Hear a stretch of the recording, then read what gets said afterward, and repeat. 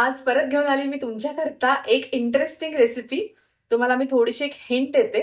आमच्या घरामध्ये आज पूर्ण संत्र्याचा सुवास दरवळलेला आहे। गेस करा कोणती असेल?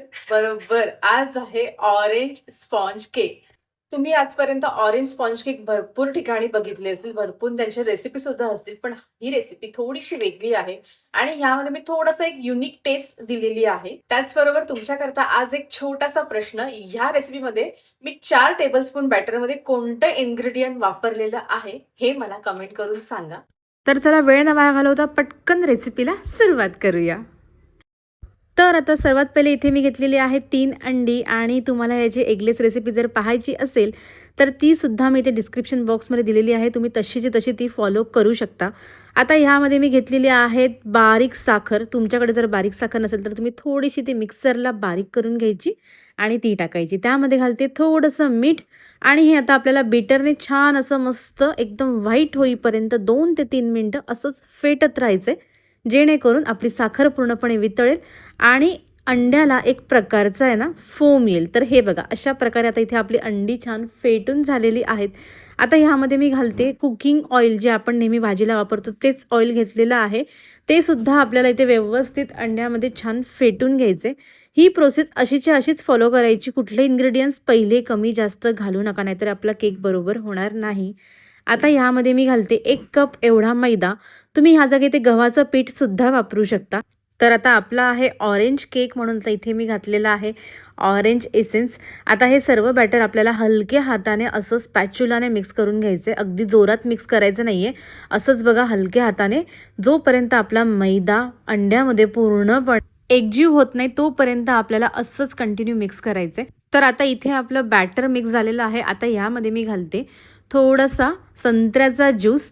त्यानंतर आता हे बॅटर आपल्याला बीटरने छान असं मस्त बीट करून घ्यायचे, जोपर्यंत सगळे आपले जिन्नस एकजीव होत नाही तोपर्यंत आपल्याला असंच व्यवस्थित बीट करत राहायचे। जास्त पण बीट करू नका, त्यामुळे आपला केक बेक होणार नाही, बेक होताना खूप प्रॉब्लेम येतील। तर आता इथे मी घातलेला आहे थोडासा ऑप्शनल म्हणून फूड कलर, जेणेकरून आता हा ऑरेंज केक आहे म्हणून थोडासा ऑरेंजी कलर आणि टेक्स्चर यायला। तर आता इथे मी थोडंसं बॅटर आहे ना एक वेगळं काढून घेते। हे मी 4 चमचे एवढं बॅटर घेतलेलं आहे। यामध्ये 1 चमचे एवढं कोको पावडर घातली आणि हे बॅटर आता आपल्याला मिक्स करून घ्यायचे। आता मी तुम्हाला याची पुढची प्रोसेस दाखवते, गंमत आहे छान प्रकारे। तर आता इथे मी घेतलेला आहे एक चौकोनी केक टीन। हा मी पहिले बटर पेपरने कव्हर करून घेतला आहे, थोडंसं तेल लावून।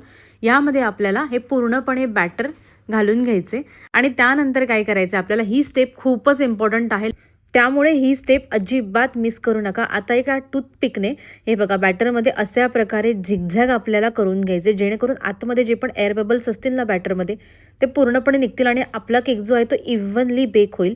आता तेव्हा आपण जे चॉकलेट बॅटर केलं होतं ना, थोडंसं बॅटर काढून त्यामध्ये कोको पावडर घातलं होतं, त्या बॅटरचं ह्याच्यावरती छान अशी मस्त डिझाईन करून घ्यायची, म्हणजे आपला केक असा प्लेन वाटणार नाही, दिसायला सुद्धा खूप सुंदर दिसेल, शिवाय हा केक बेक झाल्यावरती खूपच टेस्टी लागतो। आता आपण एका टूथपिकने अशा प्रकारे डिझाईन करून घ्या। तुम्ही तुमची आवडती डिझाईन इथे करू शकता वरती, पण मी तुम्हाला ते झिगझॅगवाली छोट्या पानांवाली डिझाईन दाखवली आहे। आता हा केक आपण बेक करू 175 डिग्रीला 30 ते 40 मिनिटाकरता। तर आता हे बघा आपला इथे केक बेक झालेला आहे। तर सर्वात पहिले आता इथे आपल्याला केक थंड करून घ्यायचे, त्यानंतरच आपल्याला याचे साईड्स असे पहिले सोडून घ्यायचे। आणि हे बघा इथे आपला केक केवढा सुंदर दिसतोय। याचा बटर पेपर जो आहे आपण लावलेला तो पहिले काढून घेऊया आणि याचे पीसेस कट करून घेऊया। हे बघा केवढे इझिली कट होतात आणि केवढा सॉफ्ट असा केक दिसतो, तुम्ही बघू शकता। कापतानाच केवढा सुंदर आणि सॉफ्ट असा केक झालेला आहे। कलरसुद्धा वरतून आणि आतमधून केकचा कलर खूपच सुंदर आलेला आहे। आणि जर या केकची तुम्हाला same to same eggless recipe जर पाहिजे असेल तर तुम्ही डिस्क्रिप्शन बॉक्समध्ये जाऊन चेक करू शकता, सगळे मेजरमेंट तिकडे तुम्हाला दिसतील। तर कशी वाटली तुम्हाला आजची रेसिपी? तर अशा भरपूर रेसिपी मी शेअर केलेल्या आहेत आणि त्याची प्लेलिस्ट सुद्धा मी यूट्यूब चॅनलला बनवलेली आहे, तुम्ही तिकडे जाऊन बघू शकता। आणि त्याचबरोबर माझ्या प्रत्येक रेसिपीचे मेजरमेंट एकदम परफेक्ट असतात, जेणेकरून तुमची रेसिपी अजिबात चुकणार नाही। त्यामुळे तुम्ही बिंदास्त बनवा आणि मला कमेंट करून सांगा की रेसिपी कशी वाटली। तर चला परत भेटूया अशा एका छान रेसिपी बरोबर। तोपर्यंत असंच छान छान खात राहा आणि स्वरूपास किचनला बघत राहा।